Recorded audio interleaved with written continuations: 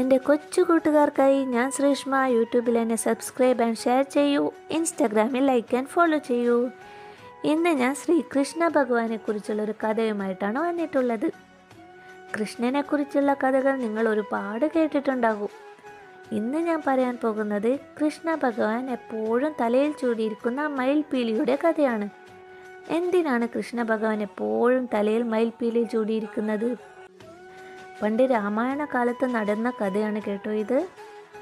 ഇന്നത്തെ കഥ അതിനെക്കുറിച്ചുള്ളതാണ്. അപ്പോൾ നമുക്ക് കഥയിലേക്ക് പോകാം. ത്രേതായുഗത്തിൽ രാമനും സീതയും ലക്ഷ്മണനും വനവാസത്തിലായിരുന്ന കാലത്ത് ഒരു ദിവസം 3 പേരും കൂടി കാട്ടിലൂടെ നടന്നു പോകുമ്പോൾ കടുത്ത വെയിലും ചൂടും കാരണം സീതാദേവിക്ക് വല്ലാത്ത ദാഹവും ക്ഷീണവും തോന്നും.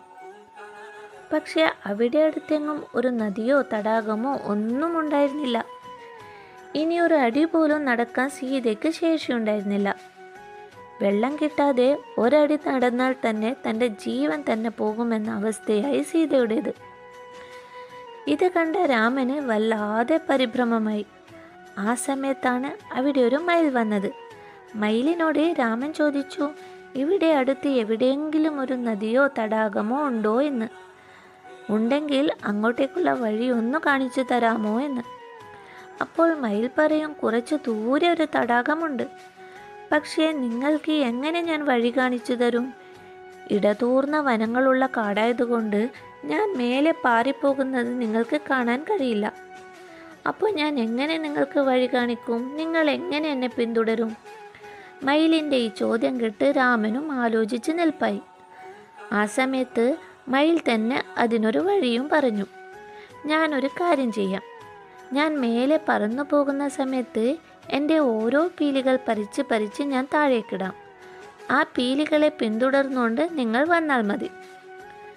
തടാകത്തിൽ എത്തുന്നതുവരെ പീലികൾ ഞാൻ താഴേക്ക് ഇട്ടുകൊണ്ടേയിരിക്കും. ഇത് കേട്ട് രാമനും സീതയും സമ്മതിച്ചു.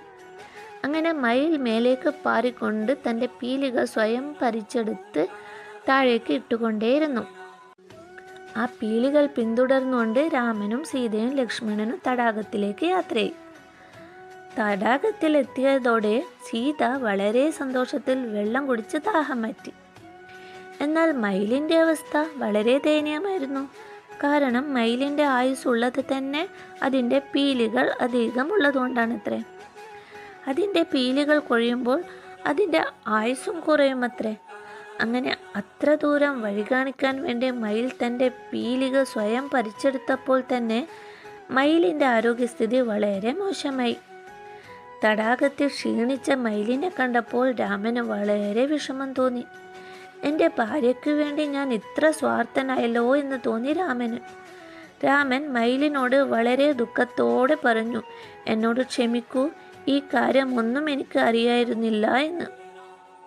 അപ്പോൾ മയിൽ പറഞ്ഞു, അയ്യോ പ്രഭു, അങ്ങ് എന്നോട് ക്ഷമ ചോദിക്കുന്നോ? ശ്രീരാമനും സീതാദേവിക്കും വേണ്ടി ഞാൻ എൻ്റെ പ്രാണൻ കളയുന്നതിൽ എനിക്ക് ഒരു വിഷമവുമില്ല. കൂടാതെ ഇങ്ങനെ എൻ്റെ പ്രാണൻ കളയുന്നതിൽ എനിക്ക് സന്തോഷം മാത്രമേ ഉള്ളൂ എന്ന്. അപ്പോൾ ശ്രീരാമൻ പറയും, നീ എന്നോട് ചെയ്ത ഈ ഉപകാരത്തിന് എനിക്ക് ജന്മത്തിൽ ഇതിന് ഒന്നും ചെയ്യാൻ പറ്റില്ല. എന്നാൽ ദ്വാപരയുഗത്തിൽ കൃഷ്ണനായി ഞാൻ വീണ്ടും ജനിക്കും. അപ്പോൾ നീ എനിക്ക് വേണ്ടി ഉപേക്ഷിച്ച ഈ മയിൽപ്പീലികൾ ഞാൻ എൻ്റെ തലയിൽ ചൂടിക്കൊണ്ടേ നടക്കും. അത് കേട്ട് മയിലിന് വളരെ സന്തോഷമായി. അതുകൊണ്ടാണത്രേ ദ്വാപരയുഗത്തിൽ കൃഷ്ണൻ തൻ്റെ തലയിൽ എപ്പോഴും മയിൽപ്പീലി ചൂടുന്നത്. അപ്പോൾ ഇന്നത്തെ കഥ എല്ലാവർക്കും ഇഷ്ടമായല്ലോ. ഇങ്ങനെയുള്ള കഥകളുമായി ഞാൻ അടുത്ത് തന്നെ വേഗം വരാം. നിങ്ങൾ വേഗം ഈ ചാനൽ സബ്സ്ക്രൈബ് ആൻഡ് ഷെയർ ചെയ്യൂ. കമൻറ്റ് ബോക്സിൽ നിങ്ങളുടെ അഭിപ്രായം അറിയിക്കൂ. അപ്പോൾ എല്ലാവർക്കും ബൈ. Thank you.